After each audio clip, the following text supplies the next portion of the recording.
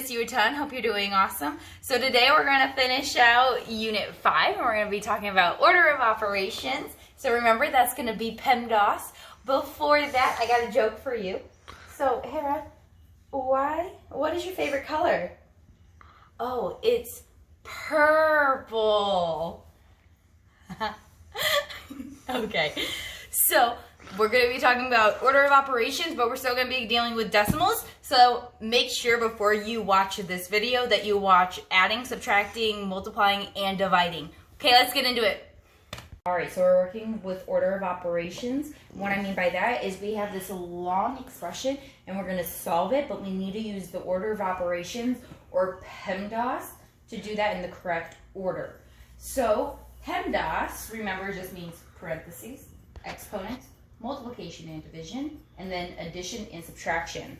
So I have multiplication and division grouped together and addition and subtraction grouped together because you perform these at the same exact time, but in order from left to right.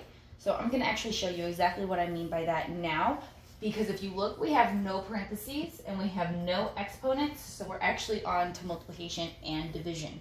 So I'm going to start from left, and I'm going to go over towards the right and stop when I either come across a multiplication or a division sign.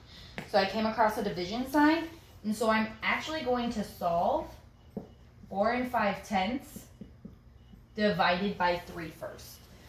So remember, 4 5/10 is the first number, so that is the number that goes under the vinculum, because that is our dividend, and 3 is the divisor, so it goes to the left of the straight bar, and we're just going to divide like normal using long division.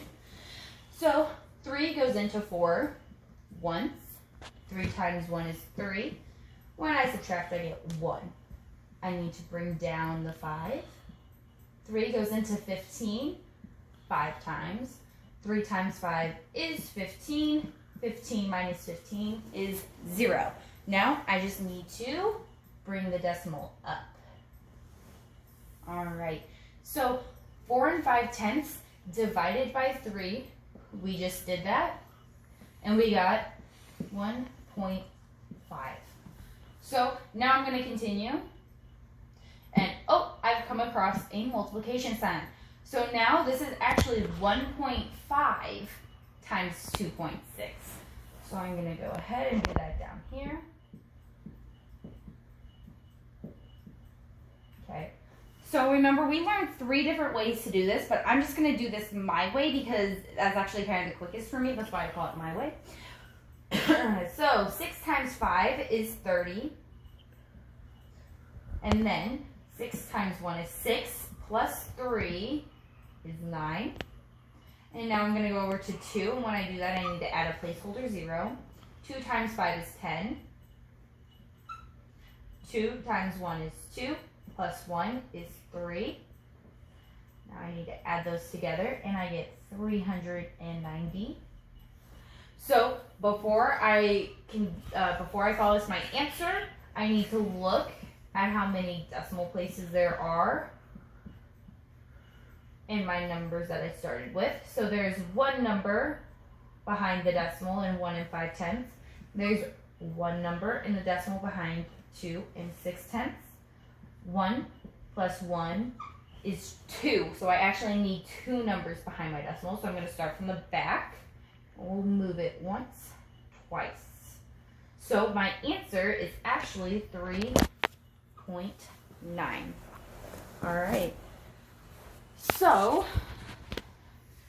I actually now have 9 700 minus, I just did 1.5 times 2.6, and I got 3 9/10 plus 6 83 All right. So now I'm moving on to addition and subtraction, and I'm going to do that the same exact way from left to right at the same time. So I'm going to do 9 700 minus 3 9/10. So now, since we have moved on to adding and subtracting, you need to make sure that you line up your decimals. So notice I did not put 9 under the 7 because I had to line up my decimals. But now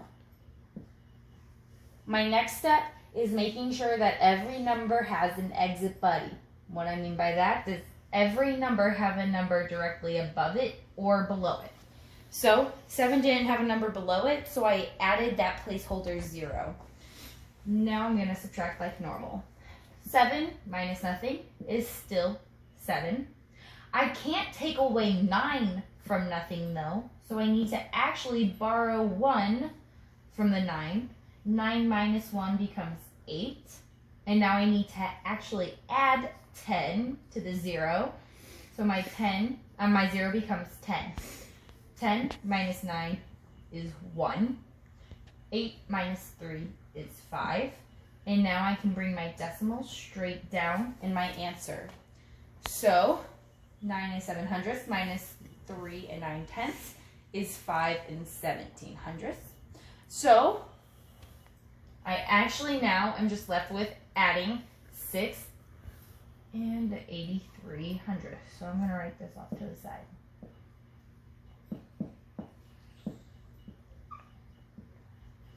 All right, so 7 plus 3 is 10. I'm going to bring down a 0, carry a 1. 1 plus 8 is 9, plus another 1 is 10. Bring down a 0, carry the 1. 5 plus 1 plus 6 is 12. Bring down your decimal. So I actually get the answer 12 exactly. This is 12 and 0/100, but that is the same thing as just 12. Okay, so I have one problem like this, and you should also get a whole number. You should not get any decimals, you should not get any repeating numbers, or any decimals that never end. It should be one whole number. All right, guys, good luck on this. Let me know if you need any help. This might be a little bit tougher than what you're used to, but I know you guys got this. Okay, have a great day and have a great weekend. Bye.